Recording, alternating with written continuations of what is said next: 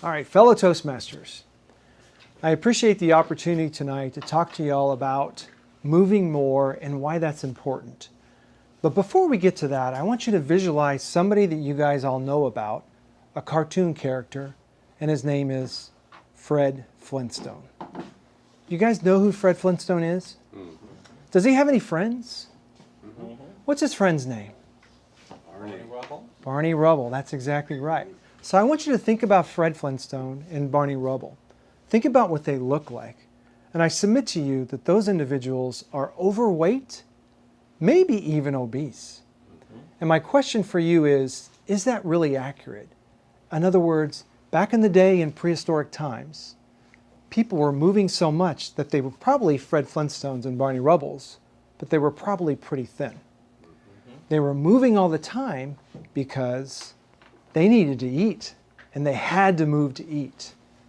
They were also moving all the time because they needed to avoid being eaten, right? Mm-hmm. So over the course of the last millions of years as we've evolved as human beings, we've been made to move, we're hardwired to move, and we need to continually move. But now, especially in the last 100 years, and most especially in the last 50 years, we live a very sedentary lifestyle. So the first thing I want to identify with is the problem is we need to move, and we're really not moving to the level that we should be moving.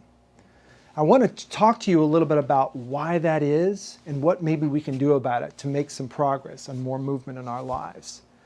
The first thing is we think about exercise specifically and what it means to us individually, right? We think about, I want to exercise because my why is I want to be healthy, or I want to, in some form or fashion down the road, not get heart disease, or I want to lose weight. Those are all things that are abstract, and some of those things are many years down the road, if at all.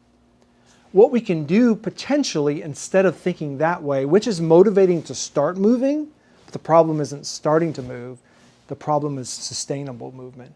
It's like I said a couple of weeks ago, what happens to the cars in the parking lots in January versus March versus April versus December? They go significantly down. So we are really good at starting because that motivates us to start. And unfortunately, we start a lot. We start, and then we stop a few weeks or a few months later.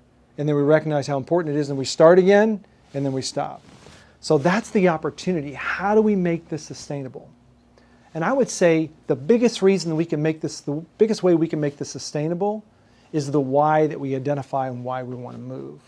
If we recognize immediate rewards, things like, you know what, when I move and exercise, I actually feel better. I sleep better. And I sleep better tonight. And I feel better today. Actually, my stress level goes down when I move. My overall well-being is better, and I can see that reward today versus potentially something that I may or may not have 20 to 25 years down the road.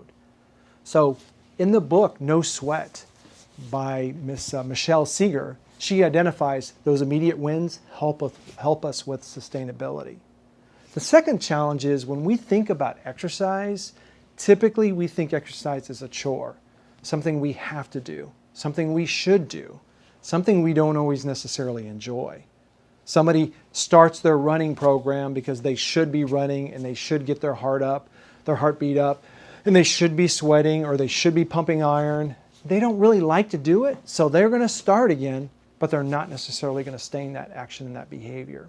So instead, what we need to be thinking about is what movement, and all movement matters, what movement do I enjoy? So think about big picture. Well, I really, really enjoy walking. I really, really enjoy being outside. I enjoy spending time with my friends. I enjoy music. When we attach the movement to things that we enjoy doing, again, we have sustainability. And you can do all of that potentially with walking outside, with a friend, on the phone or physically with you, with music in the background. All that ties together. And this isn't really a speech about what you need to do to move. You have to identify that for yourself. What specifically makes sense that I enjoy, and that I can do for sustainability? And this brings me to my last topic, which is self-care. How do we make self-care sustainable? It's sustainable when we identify those wins, like I feel better, I'm more calm, I have less stress in my life.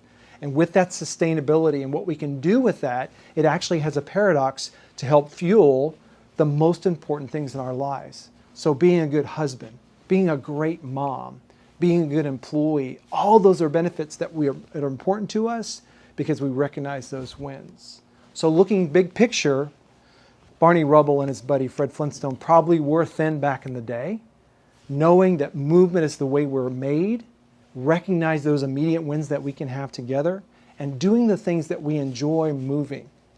When we enjoy it, we do it, and we do it sustainably. Thank you so much. Okay. All right. Yay.